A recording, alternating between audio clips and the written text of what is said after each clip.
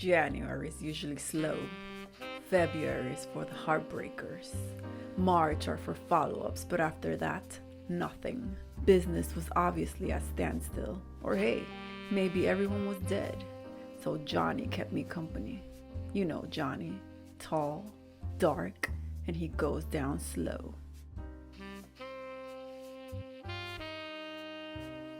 But today is when the brunette walked in.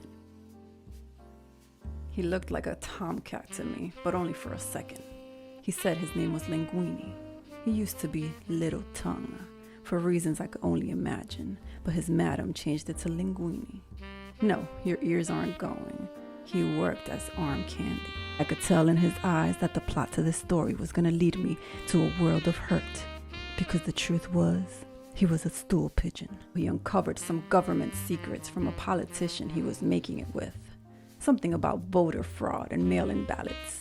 He was going to see her for the last time later tonight. By the way he took it upon himself to have a cigarette, I knew he was scared.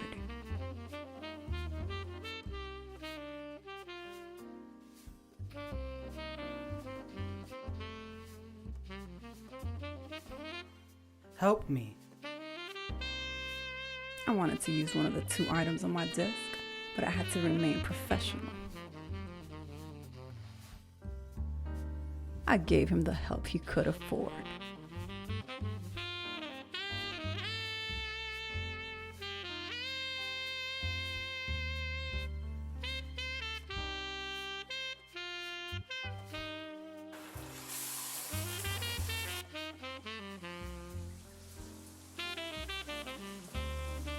They say it happened the night of July 11th, sometime after midnight.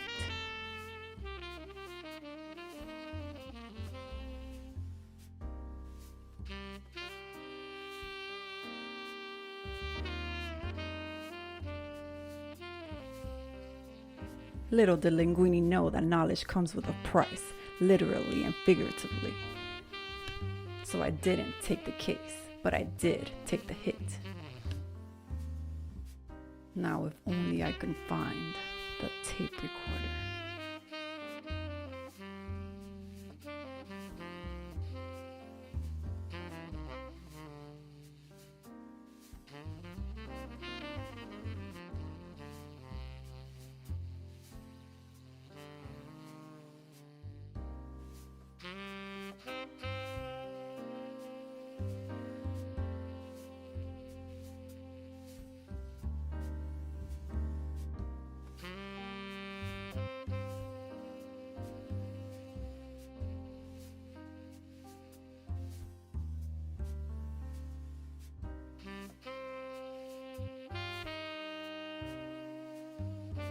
If he has evidence, we're all going to be pinched in no time.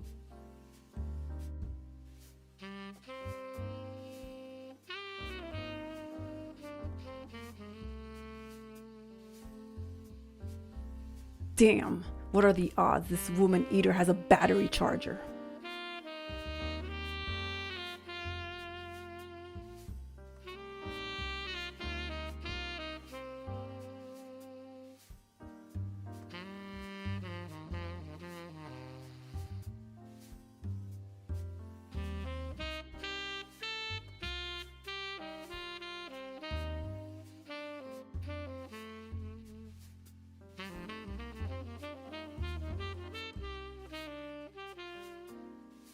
Is that you, Rita? It's Detective Miguel.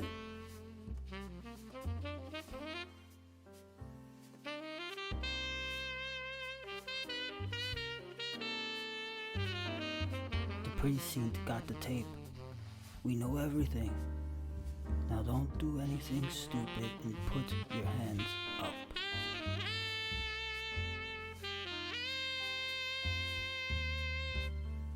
Pinched by the rookie. The guy couldn't even put handcuffs on a perp, let alone a real detective. And to the big house I go. Maybe the charges won't stick. Maybe they'll get me a good, crooked lawyer. It's been a long life. Hell, it's been a long year. What day is it?